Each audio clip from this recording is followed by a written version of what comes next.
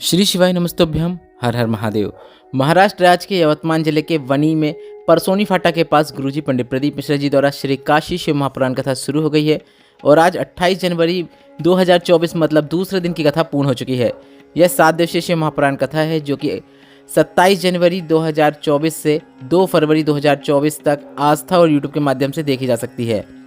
3 घंटे की कथा का संपूर्ण कथासार हम आपको 10 मिनट के वीडियो में बताने का प्रयास करते हैं। उसी क्रम में यह वीडियो हम आप तक पहुंचा रहे हैं। आज की कथा में गुरुजी ने घर में रखे हुए शिवलिंग का क्या प्रभाव रहता है, किस प्रकार का शिवलिंग आपको अपने घर में रखना चाहिए, उसका आपको अधिकतम फल कैसे प्राप्त होता है, उसकी जानकारी दी है, जिसे सभी को सुनना बहुत आवश्यक है क्योंकि यह जानकारी सभी के लिए आवश्यक है। आज 28 जनवरी श्री काशी शिव महापुराण कथा में गुरुजी ने कुल 15 उपाय पत्र और उपयोगी जानकारियाँ दी हैं। सभी की जानकारी हम आपको इस वीडियो के माध्यम से दे देंगे। अगर किन्हीं कारणवश आपने आज की कथा नहीं सुन पाई है तो पूरी कथा का रसतत्व आपको इस छोटे से वीडियो से प्राप्त होने वाला है। कल के वीडियो में हमने आपसे प्रश्न किया था कि इस कथन को पूरा कीजिए, बोल बम का नारा है, इसके आगे क्या आएगा? तो इसका सही उत्तर है बोल बम का नारा है, बाबा एक सहारा है। और आज की वीडियो का प्रश्न इस प्रकार है जो आपकी स्क्रीन में भी दिख रहा है। गणेश भगवान की कितनी संतान है? आपके ऑप्शन इस प्रकार हैं, ए 2, बी 3, सी 4। आप इस प्रश्न का उत्तर 2, 3 या 4 के अनुसार कमेंट बॉक्स के जरिए अभी हमें भेज सकते हैं। हम इस प्रश्न का उत्तर आपको कल के वीडियो में जरूर बता देंगे। अब बढ़ते हैं आज की कथा की पहली विशेष जानकारी की ओर। कथा शुरू होते ही गुरुजी ने कहा, कलयुग में 3 चीज़ें परमात्मा ने सभी को दी हैं। पहला है कायदा, दूसरा है वायदा और तीसरा है फायदा। अब 2 चीज़ें कलयुग से चली गई हैं। पहला कायदा, अब कोई कायदे में नहीं रहता है, कोई किसी का कायदा नहीं करता है, ना कोई बड़ों का पाँव छूता है। आज के समय में बहुत कम कायदा देखने को मिल रहा है। इसके बाद गुरुजी ने कहा दूसरा है वायदा, वायदा भी चला गया है। कोई किसी को पैसे दे देता है, लौटा दूंगा एक समय बताता है, पर वह अपना वादा नहीं निभा पाता है। कलयुग में बस एक बचा है फायदा। लोग अब अधिक से अधिक फ़ायदा देखने के चक्कर में लगे रहते हैं। जिसके पास जाने से फ़ायदा रहेगा इंसान उसी के पास जाता है। बढ़ते हैं आज की कथा की दूसरी विशेष जानकारी की ओर। गुरुजी ने कहा थोड़ा सा आदर करना सीखिए, थोड़ा सा कायदा रखना सीखिए। जो वादा किया है उसे निभाने का आप प्रयास कीजिए, तभी आपको जीवन में सफलता प्राप्त होती है। बढ़ते हैं आज की कथा की तीसरी विशेष जानकारी की ओर। गुरुजी ने कहा 40 करोड़ कमाने वाला भी 4 कंधों पर ही जाता है।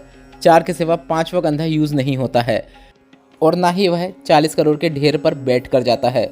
धन जोड़ा आपने, पैसा जोड़ा आपने, व्यापार किया आपने, सब कुछ जोड़ना आप अपने जीवन पे, पर व्यवहार जरूर जोड़ना। अंत समय में आपका व्यवहार ही आपके साथ जाता है।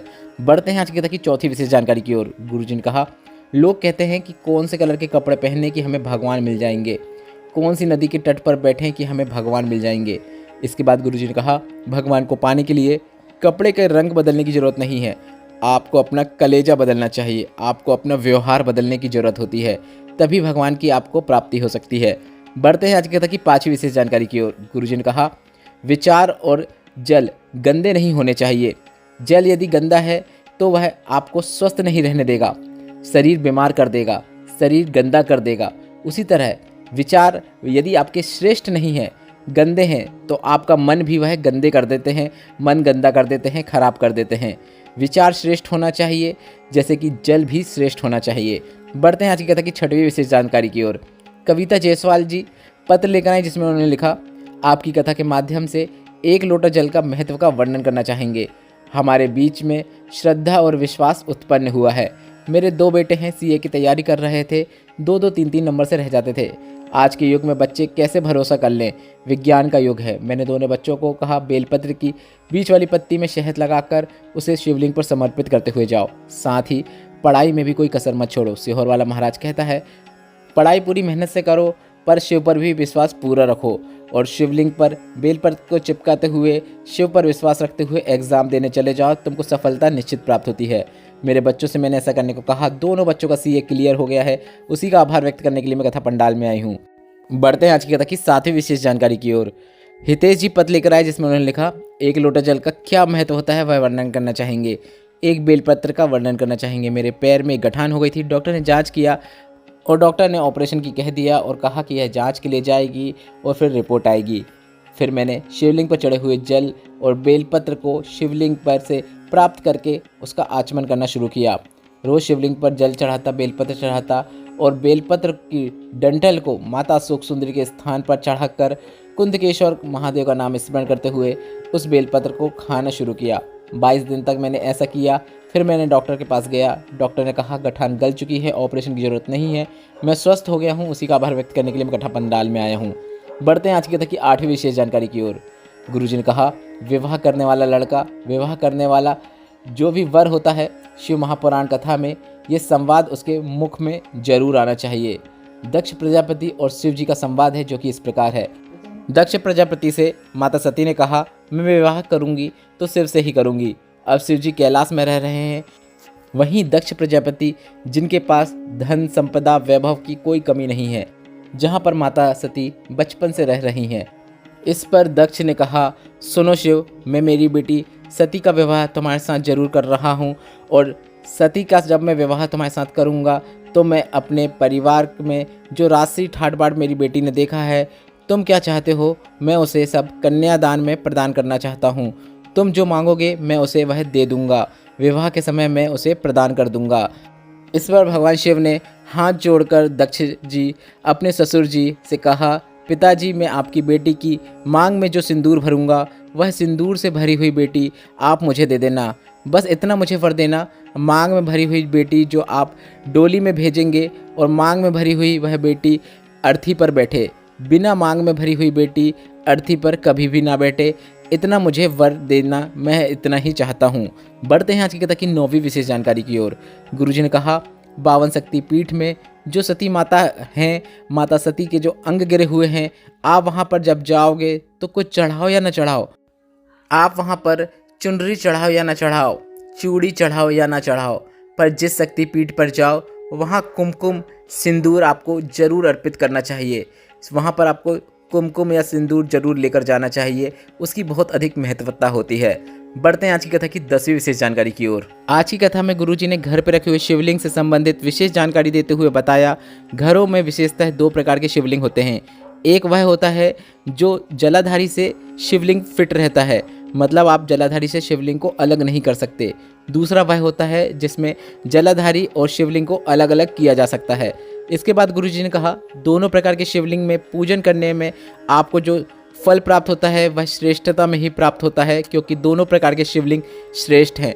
पर दोनों प्रकार के शिवलिंग में एक अंतर भारी है। अब वह क्या है आप यह भी समझ लीजिए। अगर आप ऐसे शिवलिंग पर जो जलाधारी से फिट है, जिसे अलग नहीं किया जा सकता, उस पर अगर आप एक बेलपत्र अर्पित कर रहे हैं तो आपको 1000 बेलपत्र अर्पित करने का फल प्राप्त हो जाता है। पर अगर आप ऐसे शिवलिंग पर एक बेलपत्र अर्पित कर रहे हैं जो शिवलिंग जलाधारी से अलग हो जाता है, जो मुख्यतः अधिकांशतः हर घरों पर होता है, इस प्रकार के शिवलिंग पर एक बेलपत्र अर्पित करने से उसका जो फल होता है वह आपको सहस्त्र गुना फल प्राप्त होता है, अधिकतम फल आपको प्राप्त हो जाता है।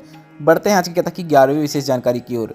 ऐश्वर्या अमरजी पत्र लेकर आई जिसमें उन्होंने लिखा 7 साल की थी तब से मुझे मिर्गी की बीमारी थी। 27 वर्ष की हो गई, बीमारी के झटके आते रहे, बीमारी ठीक नहीं हुई। कई प्रकार के हॉस्पिटल में दिखाया, सब जगह इलाज करवाया। 2020 में मेरी बुआ ने पहली बार आपकी शिव महापुराण कथा सुनी। बुआ ने मुझे कथा सुनने को कहा। मैंने कहा क्या कथा सुनने से मिर्गी की बीमारी ठीक हो जाती है? बुआ ने कहा अगर तेरा मन हो तो ही कथा सुनना। मैंने एक बार कथा सुनी और कथा सुनने के बाद मुझे और कथा सुनने का मन हुआ। हम कथा सुनने लगे और आपके बताए अनुसार 1 लोटा जल और 1 बेलपत्र को शिवलिंग पर अर्पित करना शुरू किया।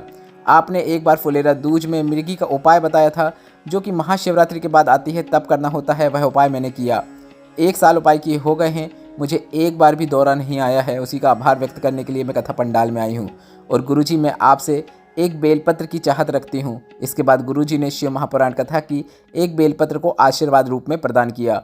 बढ़ते हैं आज की कथा की 12वीं विशेष जानकारी की ओर। गुरुजी ने कहा अगर आप दुकान पर बैठे हो, शिव जी के मंदिर अगर आप नहीं भी जा पा रहे हो, पर आपके दुकान के सामने से कोई शिव भक्त 1 लोटा जल हाथ में लेकर शिवालय जा रहा हो, तो आप उसका मुख का दर्शन करते हुए आपके मुख से अगर श्री शिवाय नमस्तुभ्यम भी निकल जाता है तो आपके आधे पाप समाप्त हो जाते हैं, आपके अंदर के आधे दुख और कष्ट समाप्त हो जाते हैं। यह निश्चितता है।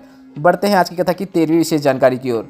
हर्षा सुनील यादव जी पत्र लेकर आए जिसमें उन्होंने लिखा गुरुदेव मेरे आँख के अंदर एक गठान हो गई थी। डॉक्टर को दिखाया पर ठीक नहीं हो रही थी। गठान फैलती ही जा रही थी। उसका ऑपरेशन ज़रूरी था और उसके बाद उसकी जांच भी बाहर होनी थी। गुरुजी आपने शिव चतुर्दशी की रात को आपने 31 बेलपत्र वाला एक उपाय बताया था और गुरुजी आपको कई लोग कहते हैं टोटके वाला महाराज, पर हमें ऐसा बिल्कुल नहीं लगता है। ऐसा लगता है कि जब आप व्यासपीठ से कोई उपाय बताते हैं तो स्वयं शिव व्यासपीठ से उपाय बता रहे हैं, ऐसा हमें अनुभव होता है। मेरे घर वालों ने कहा कि इस प्रकार से क्या आपको लाभ होगा, हमें नहीं लगता। घर वालों को भी विश्वास नहीं था, पर मेरे अंदर शिव के प्रति और शिव महापुराण के प्रति और आपके प्रति पूरा विश्वास था। और मैंने आपके बताए अनुसार शिवरात्रि की रात्रि को 12 बजे 31 बेलपत्र वाला जो आपने प्रयोग बताया था वह मैंने किया। भोलेनाथ पे 31 बेलपत्र अर्पित करके उसे औषधि रूप में प्राप्त करके अगले दिन से एक एक बेलपत्र को 31 दिन तक पाना शुरू किया। आज मेरे आँख के अंदर की गठान पूरी तरीके से गल चुकी है, ठीक हो चुकी है, मैं स्वस्थ हूँ। उसी का आभार व्यक्त करने के लिए मैं कथा पंडाल में आई हूँ। बढ़ते हैं आज की कथा की 14वीं विशेष जानकारी की ओर। नीता गजानन जी पत्र लेकर आई, जिसमें लिखा, मेरे पति की तबीयत अचानक बहुत ख़राब हो गई। नागपुर में उन्हें एडमिट किया गया। डॉक्टर ने कहा उनके शरीर का पूरा सोडियम चला गया है, उनका ठीक हो पाना बहुत मुश्किल है। 2 महीने तक उन्हें हॉस्पिटल में रखा गया। धीरे धीरे उनका पूरा शरीर खराब हो गया, उन्हें वेंटिलेटर में डाल दिया गया। इसके कुछ दिनों बाद उन्हें मुंह में नली डाल दी गई। इसके बाद उन्हें डॉक्टर ने घर ले जाने को कह दिया और उन्हें हम जब घर पे लेकर आए तो उनका शरीर पूरा बॉडी की ही तरह था। बस उनके मुख में जो नली डली हुई थी उससे हम दवाइयाँ उनके शरीर में पहुँचा देते थे। पाइप के माध्यम से ही दवाई देने का कार्य था। इसके बाद हमने नागपुर के केयर सेंटर में भी दिखाया, इलाज कराया, पर आराम नहीं मिला। पर तभी हॉस्पिटल की ही नर्स ने कहा, एक काम करो, दवाइयाँ तो चलने दो, दवाइयाँ तो आप ले ही रहे हो, पर शंकर भगवान पर 1 लोटा जल चढ़ाओ, श्री शिवाय नमस्तुभ्यं मुकुंद केशव महादेव का नाम लो और शिवलिंग पर चढ़ा हुआ जल 2 बूंद उनकी नली में डाल दो। मैंने पहली बार शंकर भगवान के मंदिर में जाकर शिवलिंग पर जल चढ़ाया।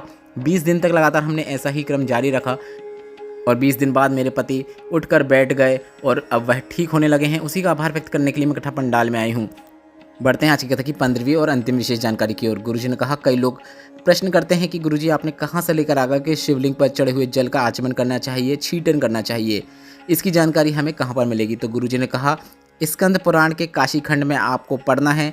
वहाँ पर आपको पढ़ने को मिलेगा कि शिवलिंग पर जल चढ़ाने से, जल का आचमन करने से, शिवलिंग पर चढ़े हुए जल का छीटन करने से या फिर उसका आचमन किसी को कराने से आपको क्या फल प्राप्त होता है। आपको सभी जानकारी शिव महापुराण कथा में पढ़ने को मिल जाएगी। इस वीडियो में बताए गए उपायों से संबंधित अगर अभी भी आपके मन में कोई प्रश्न है या कथा से संबंधित कोई प्रश्न है या पुराने उपायों से संबंधित कोई प्रश्न है तो ये प्रश्न आप कमेंट बॉक्स के जरिए पूछ सकते हैं। मेरे द्वारा दी गई जानकारी अगर आपको थोड़ी सी भी उपयोगी लगी हो तो इस वीडियो को लाइक करके कमेंट बॉक्स में हर हर महादेव जरूर टाइप कीजिएगा। श्री शिवाय नमस्तुभ्यं, हर हर महादेव।